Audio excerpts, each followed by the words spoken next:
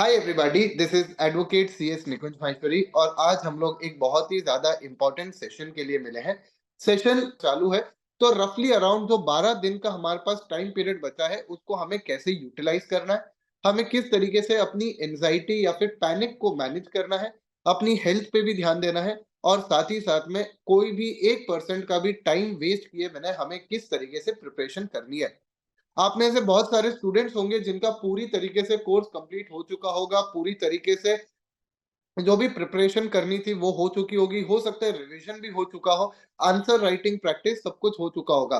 However आप में से बहुत सारे बच्चे ऐसे भी होंगे जिनकी अभी कंप्लीट प्रिपरेशन नहीं हुई होगी, कुछ चैप्टर्स बचे होंगे या फिर रिवीजन बचा होगा या फिर वो स्लाइड सा जो डाउट होता है वो अभी भी माइंड में होगा रिगार्डिंग सम सब्जेक्ट्स। तो भाई हम लोग उन डाउट्स और उन जो क्वेरीज है आपकी उनको भी लेंगे कि भाई इन 12 डेज 13 डेज के अंदर हम उसको कैसे एड्रेस कर सकते हैं। चलिए, अब अपन बात करते हैं सर 12 डे स्ट्रैटेजी की। पहली चीज तो ध्यान दो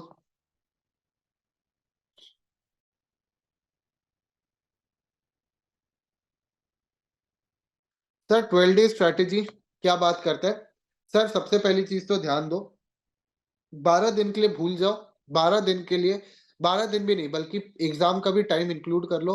भूल जाओ कि नींद खाना पीना कुछ होता है, ये सब बकवास है। 15 दिन 20 दिन के लिए अगर आप थोड़ा सा कम सो लोगे, थोड़ा सा कम खा लोगे, थोड़ा सा कम मजे कर लोगे तो कोई दिक्कत नहीं हो जाएगा, जीवन संवर ही जाएगा। तो भाई अपने जो टाइम पीरियड है उसके अंदर सोने का और अपने रिलैक्सेशन का टाइम एकदम रिड्यूस कर दो। ये अब हरकतें नहीं चलेगी कि सर हमें नींद आ रही है, हम सो रहे हैं, हम लोग सर खा रहे हैं तो खा ही रहे हैं, दोस्त बुला रहा है तो बाहर चले गए, चाय-वाय पीने चले गए, 2-2 घंटे बतिया ही रहे हैं। भैया ये हरकतें अब छोड़ दो, ठीक है? जो मज़ाक मस्ती तुम्हें करना था तुमने कर ली और मेरे को पता है एक चीज़ बहुत ही अच्छे से ये चीज़ पता है कि मेरा जो भी सीरियस बच्चा होगा, जो भी सीरियसली प्रिपरेशन कर रहा होगा, अपने फ्यूचर के बारे में सीरियस होगा, जो कि बच्चा नहीं चाहता होगा कि मेरा 6 महीना और एक्सटेंड हो, वो हर बच्चा बहुत ही सिंसियरिटी के साथ मेरी बात को मानेगा। सर 12 दिन हमें नींद ज़्यादा आ रही है, खाना ज़्यादा आ रहा है, हमें बाहर दोस्तों के साथ घूमना है, दोस्त तो हमारी पार्टियाँ कर रहे हैं, क्रिसमस पार्टी हो रही है, ये पार्टी वो पार्टी। सर अभी सब छोड़ दो। जिस दिन तुम्हारा रिजल्ट आएगा 25 फरवरी के दिन तुम्हारी पार्टी होगी, तुम लोग मजे करोगे, तुम्हारा एंजॉयमेंट होगा, वो दिन तुम्हारा हो जाएगा, तुम्हारी दीवार पे वो सर्टिफिकेट लग जाएगा। तो भैया अपने खुद के लिए कुछ समय की जो कुर्बानी देनी है वो देना बहुत इंपॉर्टेंट है। सर ये बातें अब सारी भूल जाओ। दूसरी चीज सर, फर्स्ट थिंग मैंने आपको बताया सैक्रिफाइस करना पड़ेगा सर। आप ये नहीं बोल सकते कि मैं सर बिना सैक्रिफाइस किए सब कुछ पालूंगा, नहीं हो पाएगा।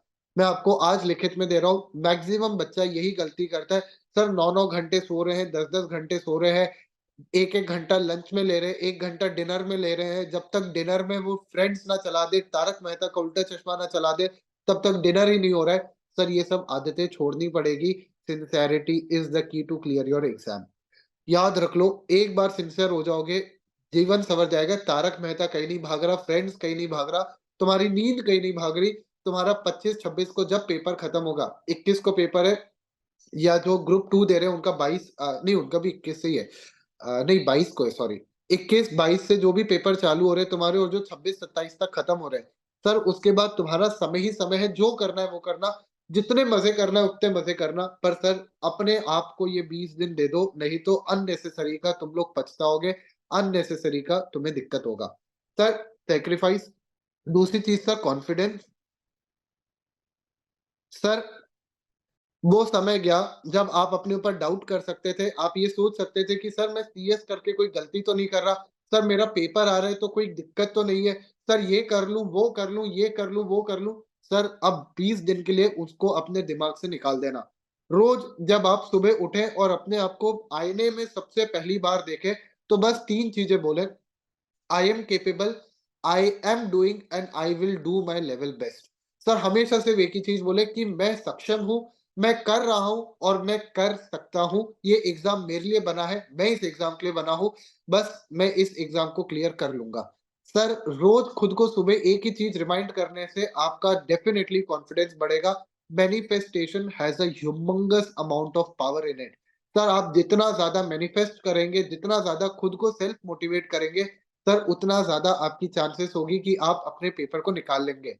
प्रिपरेशन आपके अराउंड हर बच्चा कर रहा है, पर सर छोटी-छोटी बातों में ही है कि वो लैग कर जाता है या फिर सर दिक्कत कर जाता है। Confidence is the key. आप अगर कॉन्फिडेंस नहीं रखेंगे सर, आप पक्की बात है, गारंटी की आप लिखवा लो मेरे से सर, कि आपको एग्ज़ाम में बहुत ज़्यादा प्रॉब्लम जाएगी, आपको बहुत ज़्यादा दिक्कत जाएगी। कॉन्फिडेंस रखना बहुत ज़्यादा ज़रूरी है, बहुत ज़्यादा इम्पोर्टेंट है। तो सर 12 दिन में आपको ये कॉन्फिडेंस भी लैक नहीं करना है। सर तीसरी चीज़, अगेन सर अपने खाने वगैरह पे ध्यान दो।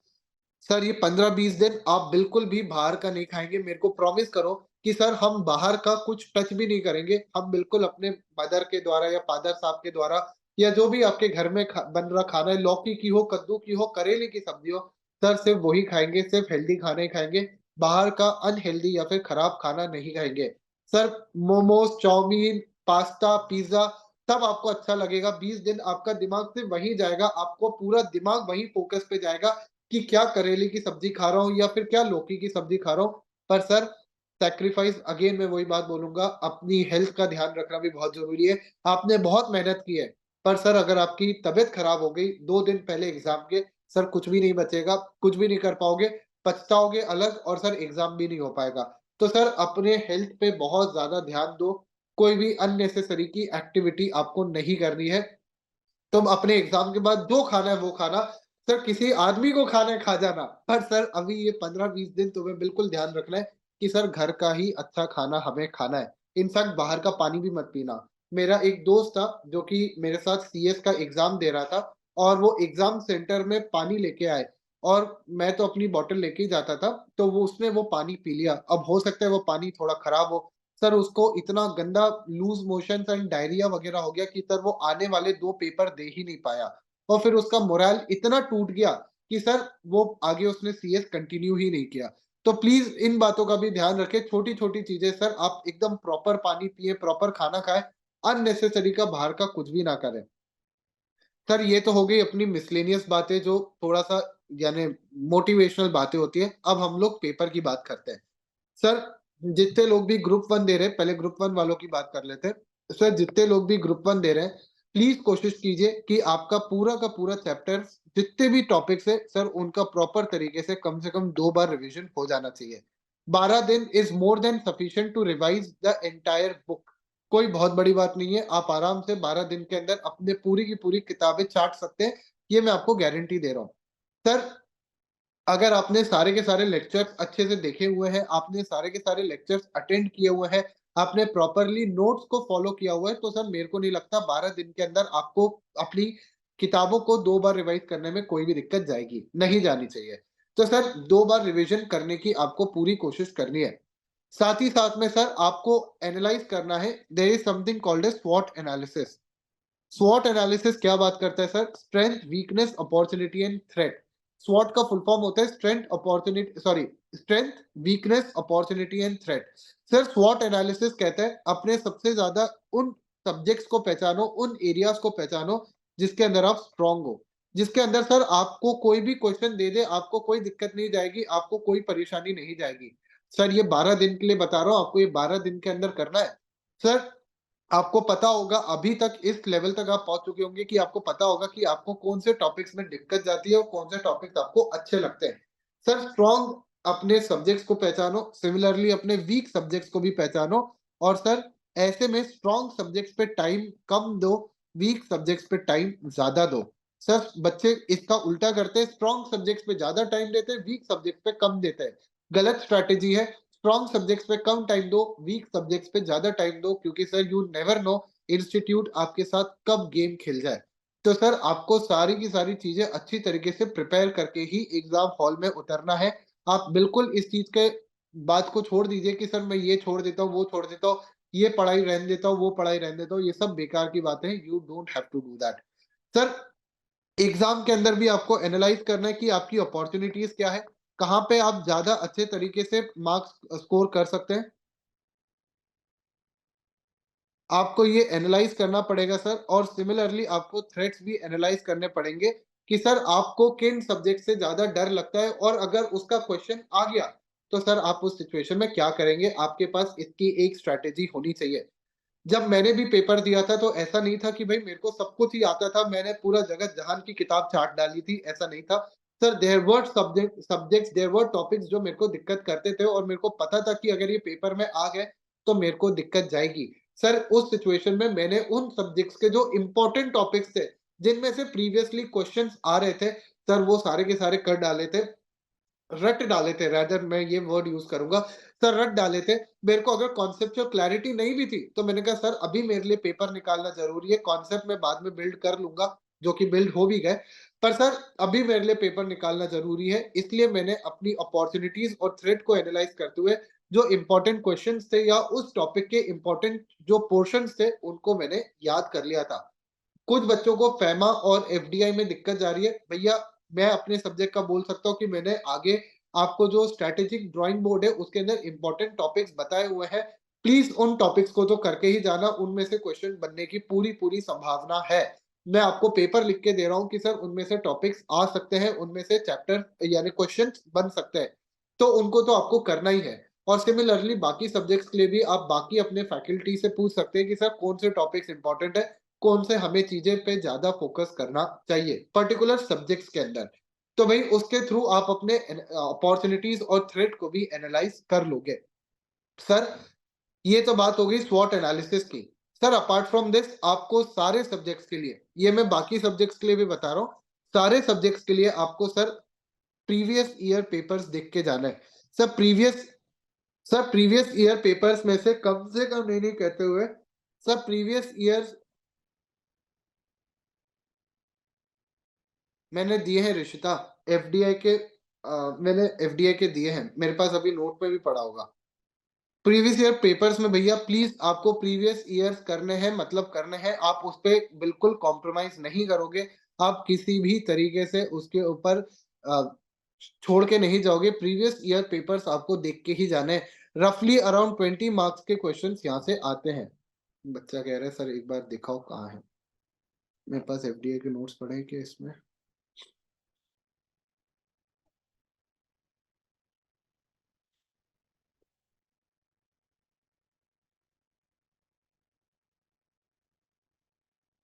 ये देखो सर, मेरे पास तो है, आपका पता नहीं, देख लीजिए। सर यहाँ पे तो मैंने तो दिए हैं अपने तरफ से इंपॉर्टेंट टॉपिक्स जो आपको करने हैं, मतलब करना है। तो भाई इस बात का आप ध्यान दो, ठीक है? चलो वापस से बैक टू द थिंग। बच्चा ऐसे एकदम इल्जाम लगा देता है, सर नहीं करा है सर आपने। सर आपको नहीं पता, हमें पता है, हम कर रहे हैं। चलो सर, प्रीवियस ईयर पेपर्स करके जाने, मतलब करके जाने हैं, आप बिल्कुल भी इन पे कॉम्प्रोमाइज नहीं करेंगे। प्रीवियस ईयर्स के क्वेश्चन रिपीट होते हैं, ठीक है? हुज़ैफ़ा ये गलत बात है, प्रीवियस ईयर्स के पेपर रिपीट होते हैं, ठीक है? तो आप प्लीज़ उस चीज़ पे ये मत करो, मैं जो आपको बोल रहा हूँ उसका ध्यान दो। सब प्रीवियस ईयर्स के क्वेश्चन रिपीट होते हैं और आपको इन बातों का ध्यान रखना है। तो प्रीवियस ईयर्स क्वेश्चंस देख के जाओ, करके जाओ, बिल्कुल भी उनको स्किप मत करो। सर कितने साल के करें? 2020 से लेके सारे के सारे कर डालो। सर अटेम्प्ट में तो 2 ही पेपर हुए हैं, कोई बात नहीं, प्रीवियस अटेम्प्ट के कर दो, पर कर दो। करना भी नहीं चाहते हो तो सर एक बार घुमा के फ्लिप करके देख लो। पर सर देखो, पेपर्स देखना ज़रूरी है। मैं आपको चीज़ें सिर्फ़ बता ही सकता हूँ, करना या ना करना आपके ऊपर है, वो आपकी कंप्लीट ज़िम्मेवारी है। सर मैं आपको सिर्फ़ बोल सकता हूँ, बाकी तुम्हारी जैसी मर्ज़ी। सर प्रीवियस ईयर पेपर 15 से 20 नंबर का रिपीट होता है। मैं आपको अभी उठा के दिखा सकता हूँ कि सर पेपर्स रिपीट हो रहे हैं। आपको बस इस बात का ध्यान रखना है कि आप उनको सॉल्व करके जाओ। अगर आपको सॉल्व नहीं करना तो एटलीस्ट रीड करके जाओ, ताकि भैया आप उस चीज़ के लिए एकदम क्लियर रहो। सर ग्रुप 2 के लिए भी बता दीजिए। बच्चों ग्रुप 2 के लिए प्लीज़ पहली बात तो ध्यान रखो, आपको टैक्स एवरी डे बेसिस पे करना है, एवरी डे बेसिस। आप बिल्कुल भी उस पे कॉम्प्रोमाइज़ नहीं करोगे, एवरी डे बेसिस पे आपको अपने टैक्स के क्वेश्चन सॉल्व करने हैं, टैक्स देखना है। भले ही जीएसटी देखो, इनकम टैक्स देखो या फिर आपके कस्टम्स देखो, पर आपको टैक्स डेली देखना है। सर टैक्स हमारा स्ट्रॉन्गेस्ट है, कोई दिक्कत नहीं आती सर, आँख बंद करके भी कर देंगे, तो भी देखना है। सिमिलरली ग्रुप 1 में भी सीएमए आपका जो पेपर है, ये जो अकाउंटिंग वाला पेपर है, सर रोज देखना है। आप बिल्कुल भी कॉम्प्रोमाइज़ नहीं करोगे। सर ये ऐसे टॉपिक्स हैं, एक बार भी अगर गूगली आ गई ना, तो बहुत गंदे अटक जाओगे। सर सीधा 4-4 5-5 नंबर के क्वेश्चन ऐसे उड़ जाते हैं मार्केट में। सर प्लीज़ ये हरकतें नहीं करनी है। आपको अपने प्रैक्टिकल सब्जेक्ट्स को डेली सॉल्व करना है, आप उस पे कॉम्प्रोमाइज़ नहीं करोगे। ये बात लिख के ले लो, नहीं तो आपको आगे दिक्कत जाएगी। जो बच्चा कहता है कि सर हम ना टेस्ट आगे जाके 4 दिन में कर लेंगे, बहुत गलत स्ट्रैटेजी है। डेली करो, डेली प्रैक्टिस करो, तभी तुम्हें याद होगी। नहीं तो चीज़ें याद नहीं होगी, दिक्कत जाएगी। प्लीज़ इस बात का ध्यान रखो। अपार्ट फ्रॉम दिस अगेन यहाँ पे आपके पास 2 ही टॉपिक्स हैं, सीएमएसएल। अरे! इसको क्या हो गया? सर सीएमएसएल और जो ईबीसीएल का पेपर्स है, अगेन आपको कम से कम 2 बार रिवाइज़ तो करना ही है। आप उसमें कॉम्प्रोमाइज़ नहीं करेंगे। आपको 2 बार रिवाइज़ करने की कोशिश रेगुलर बेसिस पे करनी ही है। 2 टाइम्स रिविज़न तो आपका होना ही चाहिए। सारे के सारे टॉपिक्स का आप 2 बार तो कम से कम रिवाइज़ करेंगे ही करेंगे। ठीक है? ये कुछ बातें हैं जो आपको 12 दिन के अंदर अपना ध्यान रखना है। अगर आप इन बातों का ध्यान रख लेते हैं तो आपको दिक्कत नहीं जाएगी। सर इसके अलावा और किन चीज़ों का ध्यान रखना है? ध्यान से सुनते जाओ। सर सर एक रफ टाइम टेबल भी बना दो कि हमें किस तरीके से पढ़ना चाहिए। मैं आपको ये रिकमेंड करूँगा कि सर आप सुबह 9 बजे उठें, कोई दिक्कत नहीं है। ब जैसे मेरे साथ ये दिक्कत है, मैं जल्दी नहीं उठ सकता। मैं सुबह 6 बजे का अलार्म लगा भी दूँगा ना, भले ही कितना भी इम्पोर्टेंट होगा, सर मैं उठ ही नहीं सकता। जीवन में मेरे साथ बड़ी दिक्कत है। तो सर मैं सुबह 9 बजे उठता हूँ। यानी अब तो क्या बोलूँ? पर हाँ सर, 9 बजे अपन उठे, 9 से आपने अपना जो भी आपको खाना-पीना करना है, आपने 10 बजे तक किया। सर 10 से 12 आप बैठ के बढ़िया तरीके से पढ़े। सर 12 बजे आपने लंच किया। सर 1 बजे से 3 बजे तक कोई भी प्रैक्टिकल सब्जेक्ट उठा लें, क्योंकि सर खाना खाने के बाद नींद बहुत ज़्यादा आती है। बहुत ऑब्वियस बातें कर रहा हूँ, जो आप सभी के साथ होती है। सर प्रैक्टिकल चीज़ें उठा लें।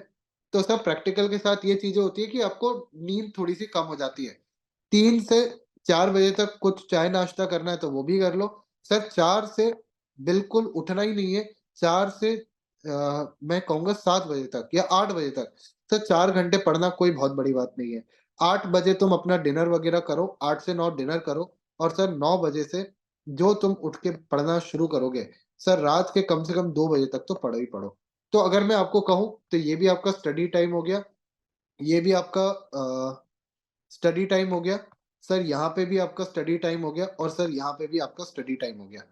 बाकी आप अपने शेड्यूल के हिसाब से इसको मोल्ड कर सकते हैं। पर सर अगर आप ये बेसिक सा भी अगर अपना सिनेरियो फ़ॉलो कर लेंगे, तो सर आपको 7 घंटे की नींद भी मिल जाएगी।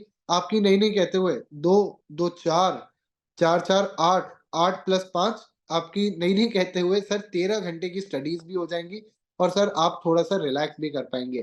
खाना-वाना भी आराम से हो जाएगा। सर प्लीज़ टारगेट कीजिए कि आपको अब रेगुलरली 13 से 14 घंटे तो पढ़ना ही पढ़ना है। प्लीज़ इससे कम अपना टाइम शेड्यूल मत लगाइएगा। बच्चे कहते हैं कि सर हम लोग ना खो जाते हैं। इंस्टाग्राम, व्हाट्सऐप चलाते-चलाते सर हम लोग खो जाते हैं कि हम लोग क्या करें? क्या करें इस चीज़ के लिए कि हम लोग बिल्कुल भी ना खोएँ? एक ही तरीका है, इंस्टाग्राम अनइंस्टॉल करो। बिल्कुल ज़रूरत नहीं है। 15-20 दिन अगर इंस्टाग्राम नहीं रहेगा, वो नाचती हुई लड़कियाँ या फिर लड़कों को नहीं देखोगे। ग्रो विथ मी वो क्या आता है? वो get get ready with me ये सब नहीं देखोगे तो कोई फ़र्क नहीं पड़ेगा। वो तब भी तैयार हो रहे हैं, आज भी तैयार होंगे, उनका चलता रहेगा धंधा।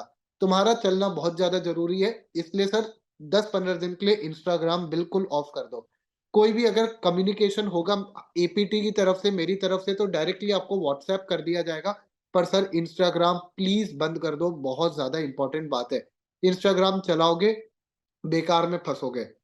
सर अगर आप चाहते हैं तो इस तरीके से आपको यूट्यूब वगैरह पे वीडियोस भी मिल जाएँगी, something called as study with me. Study with me का मतलब क्या होता है सर आप इनको इन वीडियोस को लगा लो और जितनी बार भी आप उठो, यानी पढ़ने से उठो, जैसे वॉशरूम के लिए उठ गए, खाने के लिए उठ गए, दोस्त का फ़ोन आ गया तो उठ गए, सर उतनी बार इसको स्टॉप करो, उतनी बार पॉज़ करो और फिर तुम कैलकुलेट करो कि तुम कितने घंटे पढ़ पा रहे हो और कितने घंटे नहीं पढ़ पा रहे हो। तुम्हें तब अपना इफेक्टिव आवर्स ऑफ स्टडी पता चलेगा। सर यहाँ पे तुम्हें 12 घंटे, 14 घंटे, 20 घंटे तक की भी पढ़ाई के वीडियोज़ मिल जाएँगे।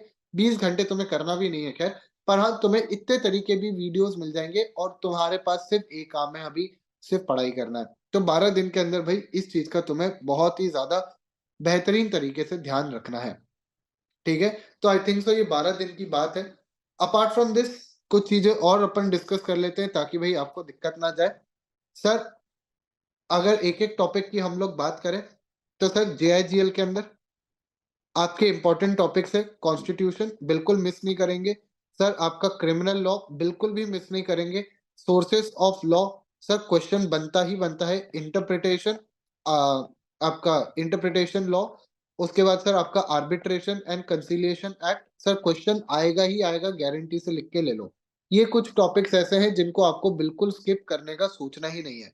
ईबीसीएल की अगर हम लोग बात करें, तो सर ईबीसीएल के अंदर जो आपका आईपीआर वाला पार्ट है, सर उसको तो चाट के चले जाओ, रट के चले जाओ, सीधे-सीधे नंबर आएँगे। सीधे-सीधे नंबर आएँगे सर और सीधा-सीधा क्वेश्चन आएगा, बिल्कुल भी उसको आपको कॉम्प्रोमाइज़ नहीं करना है। अपार्ट फ्रॉम दिस सर ईबीसीएल के अंदर कुछ टॉपिक्स और भी दिए हुए हैं आपके, उनको भी आपको अच्छी तरीके से पढ़ना है। पार्ट 1 की अगर हम लोग बात करें, जिसके अंदर स्पेसिफिकली आपका आता है सर, ये जो ओसीबीज़ का टॉपिक होता है, ओवरसीज़ कमर्शियल बोरोइंग्स, और आपका ये क्या नाम है यार इसका? फ्यूजिटिव इकोनॉमिक ऑफेंडर एक्ट, और जो आपके बाकी भी रिलेटेड टॉपिक्स हैं, ये भी आपको अच्छे से करके जाना है। सर, अगर हम लोग सीएमएसएल की बात करें, सीएमएसएल के अंदर सर हर चीज़ इम्पोर्टेंट है, पर सर 3 चीज़ें जो सबसे ज़्यादा इम्पोर्टेंट है, सर पहली चीज़ तो आपका आईसीडीआर, दूसरा सर आपका एलओडीआर, और सर आपका तीसरा आता है स्टॉक ऑप्शन। डीलिस्टिंग भी इम्पोर्टेंट है, डीलिस्टिंग और sir stock option. Employ stock option, ESOPs, सब बहुत ज़्यादा इम्पोर्टेंट है। सीधा-सीधा क्वेश्चन्स आते, सीधा-सीधा आपका तरीके का क्वेश्चन आता है। ठीक है? तो भाई इस चीज़ का भी आपको ध्यान रखना है। आगे अगर हम लोग बात करें आपके टॉपिक ऑफ क्या नाम है यार? टैक्स। सर टैक्स के अंदर जीएसटी ईज़ी है, जीएसटी के ऊपर जितना ज़्यादा फ़ोकस कर सकते हो उतना ज़्यादा फ़ोकस करो। बच्चों को इनकम टैक्स में दिक्कत जाती है, तो इनकम टैक्स ठीक है, थोड़ा-सा अपन कॉम्प्रो कर सकते हैं, पर सर जीएसटी के साथ कॉम्प्रोमाइज़ नहीं चलेगा, आपको जीएसटी अच्छे से करना पड़ेगा। तो ये कुछ टॉपिक्स पे भी मैंने आपको बता दिया, इन चीज़ों का आपको ध्यान रखना है। यही आपकी स्ट्रैटेजी है 12 दिन। अगर आपको सर लगता है कि सर अकाउंटेबिलिटी कैसे मेंटेन करें, आप मेरे को मैसेज करके भी बता सकते हो कि सर आज हमने इतने घंटे पढ़ा, आज हमने इतने घंटे पढ़ा, ताकि तुम अपने ऊपर एक ये ऑब्लिगेशन क्रिएट कर सको कि हाँ, हम सर को बता रहे हैं कि हमने कितने घंटे पढ़ा। और मैं जब बोलता हूँ इतने घंटे पढ़ना है, तो सर उसका मतलब है इफेक्टिव आवर्स ऑफ स्टडी। आपको इफेक्टिवली 12 से 13 घंटे पढ़ना है। सर 12 से 13 घंटे में अगर दोस्त का कॉल आ गया, तो फ़ोन को अपने बाजू रख दो सर, फ़ोन को अपने पेरेंट्स को दे दो। बिल्कुल कोई दिक्कत ही नहीं है। आप अपने पेरेंट्स से फ़ोन ले ही नहीं पाओगे। पेरेंट्स को दे दो फ़ोन, ज़रूरत ही नहीं है उस पे डिबेट करने का। आज की डेट में 2 ही सबसे बड़े दुश्मन है आपकी, पहला नींद और दूसरा सर फ़ोन। प्लीज़ छोड़ दो। फ़ोन तो बिल्कुल यानी बाजू में रख दो। सिर्फ़ जब खाने बैठ रहे हो 10 मिनट देख लिया वो ठीक है, पर सर बाकी छोड़ दो। बिल्कुल फ़ोन के साथ मोह-माया मत रखना। इन बातों का ध्यान रख लो। सर लास्ट डे रिवीजन कैसे करें? पहली चीज़ तो भाई, अब अपन बात करते हैं सर एग्ज़ाम पीरियड में हमें कैसे अपने आप को मेंटेन करके चलना है। सर पहली चीज़ तो एग्ज़ाम कंप्लीट होने के बाद अपने दोस्त से कोई भी बातें कर लेना, इधर-उधर की बातें कर लेना, पर प्लीज़ अपना पेपर डिस्कस मत करना, क्योंकि जब आप पेपर डिस्कस करते हो और अनफॉर्च्यूनेटली मान लो आपने अगर कोई चीज़ गलत लिखी है, तो सर वो आपको बार-बार पिंच करती है, भले ही वो 3 नंबर की हो या 5 नंबर की हो, आपको बार-बार पिंच करेगी कि यार मैं तो गलत लिख के आ गया या फिर गलत लिख के आ गई, अब मेरा क्या होगा कालिया, अब मैं तो फेल हो जाऊँगी, और आप उसी स्पाइरल में घूमते चले जाते हैं। तो सर प्लीज़ हम्बल रिक्वेस्ट है सर, बहुत यानी एकदम हाथ जोड़ के रिक्वेस्ट है, अपने पेपर डिस्कस मत करना। आपके एग्ज़ाम खत्म होने के बाद यूट्यूब पे जब आप जाओगे, तो आई एम श्योर कि बहुत सारे जो कोचिंग इंस्टीट्यूट्स वाले होंगे, बहुत सारे जो लोग होंगे, वो रिव्यू डालेंगे, पेपर के बारे में लिखेंगे, आपको वो सारी चीज़ें नहीं देखनी है। आप बिल्कुल वो अपने कमर्शियल पर्पज़ के लिए ये सारी चीज़ें कर रहे हैं, वो उनका काम है, वो कर रहे हैं। आपको ये चीज़ पे फ़ोकस नहीं करना है। एग्ज़ाम खत्म होने के बाद आप रिव्यू कर लीजिए, कोई दिक्कत नहीं है। पर सर आपका जब पेपर खत्म हुआ है, तब आप अपने पेपर को रिव्यू नहीं करेंगे, क्योंकि अब हो चुका है, अब आगे बढ़ना है। पहली चीज़ तो ये। सर दूसरी चीज़, एग्ज़ाम से आने के बाद थोड़ी देर सो लेना बहुत ज़्यादा इम्पोर्टेंट होता है, क्योंकि स्ट्रेस में होते हो तुम लोग। तो अगर सोना चाहते हो तो सो लेना, sleep is a good thing to go for. और सर उसके बाद आपको लगातार सिर्फ़ पढ़ाई करनी है। अगर आप एक-एक ग्रुप करके दे रहे हैं, तो ऐसे सिचुएशन में सर आपको आओ-ताओ कुछ नहीं देखना, सिर्फ़ पढ़ाई करनी है और आपको पूरी किताब, पूरी की पूरी बार-बार कह रहा हूँ, पूरी की पूरी किताब जो है सर वो कंप्लीट करनी है। पूरा रिवीजन होनी चाहिए, पूरी की पूरी किताब रिवाइज़ होनी चाहिए 1 डे बिफोर योर यानी बिफोर योर एग्ज़ाम पूरी की पूरी किताब रिवाइज़ होनी चाहिए। जो चीज़ें आपको टफ लग रही है या जो चीज़ें आपको लग रही है कि आप भूल सकते हो, सर उनको फ्लैगिंग कर लो यानी वो जो स्टिकी नोट्स होते हैं वो सब चिपका लो। पर सर आपको पूरी किताब पढ़नी है, आप उस पे कॉम्प्रोमाइज़ नहीं करेंगे। ठीक है सर। तीसरी चीज़ सर, टाइम वेस्ट का तो सोच मत लेना तुम लोग, नहीं तो एग्ज़ाम वाले तो बाद में मारेंगे, मैं पहले मारूँगा। सर टाइम वेस्ट कर मत लेना कि अपने दोस्त के साथ तुम गेड़ी मारने जा रहे हो, इधर-उधर बैठे हुए हो, सब फालतू की बातें हैं, बिल्कुल नहीं करना। सर चौथी चीज़ जो आपको ध्यान रखना है, अपना पानी का बोतल, वाटर बॉटल वग़ैरह लेके जाना। उधर का कुछ भी मत लेना, exam centre you never know वो कौन-सा पानी दे रहे हैं, क्या दे रहे हैं, you absolutely don't know, please इस चीज़ पे कॉम्प्रोमाइज़ मत करना। सर 5वीं चीज़, एग्ज़ाम से थोड़ी देर पहले प्लीज़ पहुँच जाना। बहुत सारे बच्चे होते हैं, जो एकदम एग्ज़ाम चालू होने पे ही पहुँचते हैं। जैसे वो सलमान खान हो रखे हैं, जब तक वो नहीं आएँगे तब तक प्रोग्राम ही नहीं चालू होगा। ये नहीं हो रहा है, ठीक है ना? तुम्हें थोड़ी देर पहले पहुँचना है अपने एग्ज़ाम से पहले। तो प्लीज़ उसका ध्यान रखना। थोड़ा-सा टाइम लिमिट लेके चलना ताकि कल को अगर गाड़ी वगैरह खराब हो जाए या कुछ भी रीज़न हो जाए, तो आप लेट ना हो एग्ज़ाम के लिए, क्योंकि उससे आपको और पैनिक आता है और ज़्यादा एंग्ज़ायटी आती है, आप और चीज़ें भूलने लगते हो। तो सर लेट नहीं होना है एग्ज़ाम के लिए। अगली चीज़ सर, प्लीज़ आपके जो भी इम्पोर्टेंट पेपर वगैरह है, आपको जो भी अपनी आईडी वगैरह रखना है, आपका जो एडमिट कार्ड वगैरह रखना है, प्लीज़ हाथ जोड़ के रिक्वेस्ट है, 1 दिन पहले रख लेना भाई लोग। लास्ट मोमेंट में भागना, दौड़ना मत। Pen, paper, rubber, sharpener, calculator, सारे एग्ज़ाम में कैलकुलेटर लेके जाना। कैलकुलेटर तुमने खरीदा होगा, मेरे को इतनी गारंटी है, तो सर उसको घर पे रख के क्या कर रहे हो? लेके जाना। कोई इतना हेवी तो है नहीं कि भाई तुम्हारी कमरें टूट जाएँगी अगर तुम कैलकुलेटर लेके चले जाओगे तो। कैलकुलेटर लेके जाना, सारे ही पेपर जेआईजीएल हो, ईबीसीएल हो, सर घटिया से घटिया पेपर हो, कैलकुलेटर लेके जाना। अपनी सारी चीज़ें सर लेके जाना साथ में बहुत ज़्यादा इम्पोर्टेंट है। सर अपार्ट फ्रॉम दिस, आपको जो 15 मिनट का टाइम पीरियड मिलेगा अपने पेपर पढ़ने के लिए, उसके अंदर देख लेना तुम्हें कौन से क्वेश्चंस पे डिफिकल्टीज आ रही है। जैसे question number 2 and question number 4 में आपको ऑप्शन मिलता है, 2A होता है या फिर 4A होता है।